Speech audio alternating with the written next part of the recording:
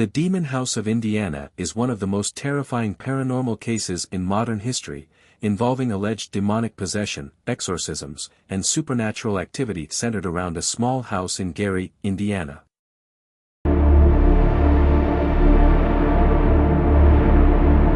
Background: The Ammons Family Haunting, 2011.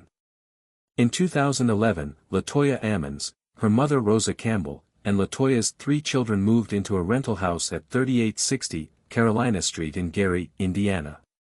Almost immediately after moving in, the family began experiencing strange occurrences, including unexplained footsteps, swarms of flies in the winter, and disturbances throughout the house. The paranormal escalation. Over time, the hauntings escalated. Latoya's children began exhibiting strange behavior. One child was reported to have levitated unconsciously. Another child, a boy, was described as walking backward up a wall in the presence of a family caseworker and hospital staff, leaving them in shock. The children would speak in deep, unnatural voices and would describe feeling as though they were being choked or held down by unseen forces. Attempts to fight the evil.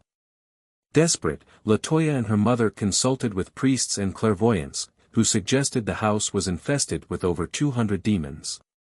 They performed religious rituals like anointing the house with oil and burning sulfur to drive out the spirits. The Catholic Church eventually became involved, and Father Michael Maginot performed multiple exorcisms, some in Latin, on Latoya herself. He claimed that these rituals provoked violent reactions, but the possessions eventually subsided. Police and government involvement. The case became so serious that even local authorities got involved. Child Protective Services investigated the family after reports of child neglect surfaced, largely fueled by concerns about the bizarre behaviors of the children. Gary police officers also visited the house and experienced their own supernatural events, including strange malfunctions of equipment, ghostly figures caught on camera, and unusual sensations. One officer later refused to return to the house, claiming it was cursed. Documentation. The case was well documented by social workers, hospital staff, and police officers, many of whom provided eyewitness accounts of supernatural events. The Indianapolis Star ran a detailed article on the haunting, adding to its notoriety. Zach Bagans and the Demon House.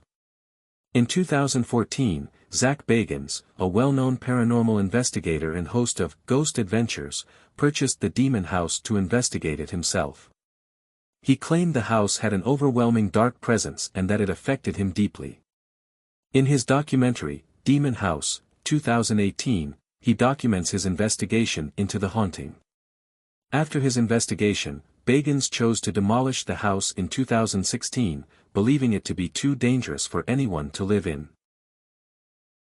The Demon House of Indiana remains one of the most infamous hauntings, with its disturbing history continuing to haunt those who were involved. Whether a product of paranormal forces or a psychological phenomenon, the case has left a lasting mark on the world of supernatural investigations.